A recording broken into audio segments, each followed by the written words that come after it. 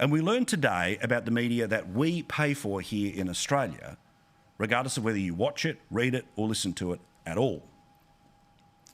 And that is the ABC, one of our two public broadcasters. Now, they did a review into the 2019 election, and ironically, an organisation that was willing to be raided by the AFP to fight for the transparency about what might have happened on the battlefields of Afghanistan, well, it didn't release publicly the report into their coverage of the 2019 election. And here's why. Now, I wanted to show you the headline from the Channel 9 newspapers because they would like to think of themselves as Channel 2 with ads. And this was the best spin they could put on the report, is that ABC shows didn't have enough conservative voices, the election review has found.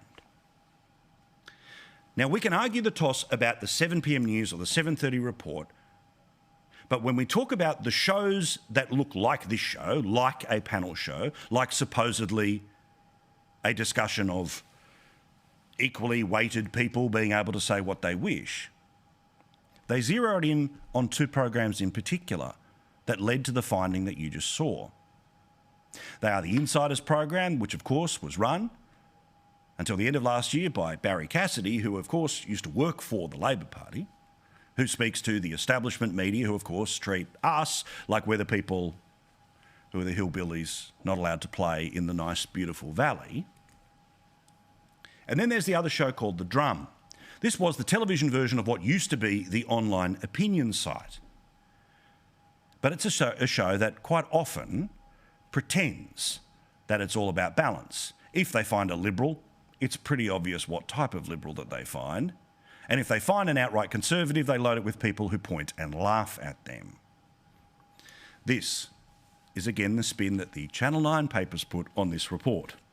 The ABC's leading political discussion programs, The Drum and Insiders, lacked Conservative voices in their 2019 federal election coverage. But a major review found that the broadcaster met its impartiality standard. And that's because it was the 7 p.m. news mixed in with the radio news and all the rest of it, right? But on these discussion programs, you can't hide from the truth.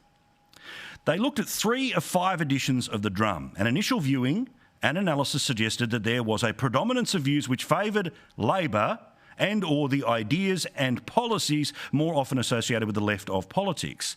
A lot of words for saying lefty. The report labelled a specific episode of The Drum, which aired on May 6, so 13 days before the last election, as one-sided, finding it was characterised as, and I quote, not just a positive impression of the policies identified with Labor's platform, but also at times a marked enthusiasm for a victory. So who was on that show a few days out from the last election? Well, joining me on the panel, CEO of the Australian Council of Social Service, Cassandra Goldie. Hi, Cassandra. Hi. Partner at Newgate Australia, Faye Akindoyeni. Good to see you, Faye. Journalist and columnist with the Sydney Morning Herald and chair of the Australian Republic Movement, Peter Fitzsimons. Good to see you, Peter.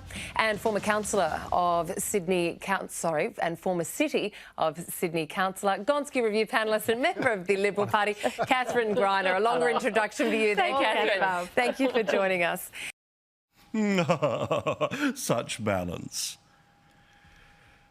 People from the welfare lobby, people who've written opinion pieces for The Guardian, a bloke who absolutely loathes the Liberal Party and actively campaigned for Zali Steggall to be able to enter the parliament and thus taking a seat away from the government, which at the time was 1 seat down and therefore sealing their fate. And not exactly the most prominent Conservative in the Liberal Party. That's how it works.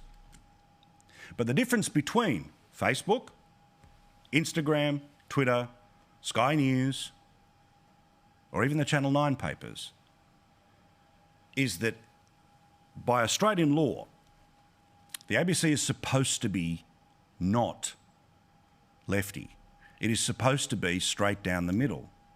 Instead, what they choose to talk about and not talk about, well, ends up underlining the case of the left.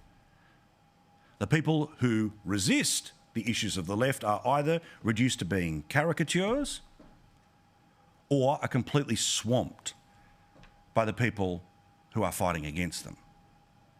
Now, that's fine that they have their beliefs.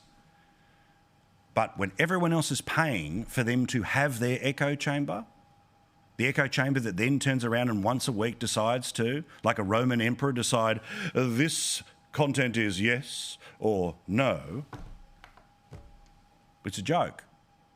They're operating by the old rules where people wouldn't notice. But they are desperately wanting to adhere to the new rules, where dissent equals gone. These people would all be very happy if this station never existed. And they would also be particularly happy if you stopped voting the way they don't want you to.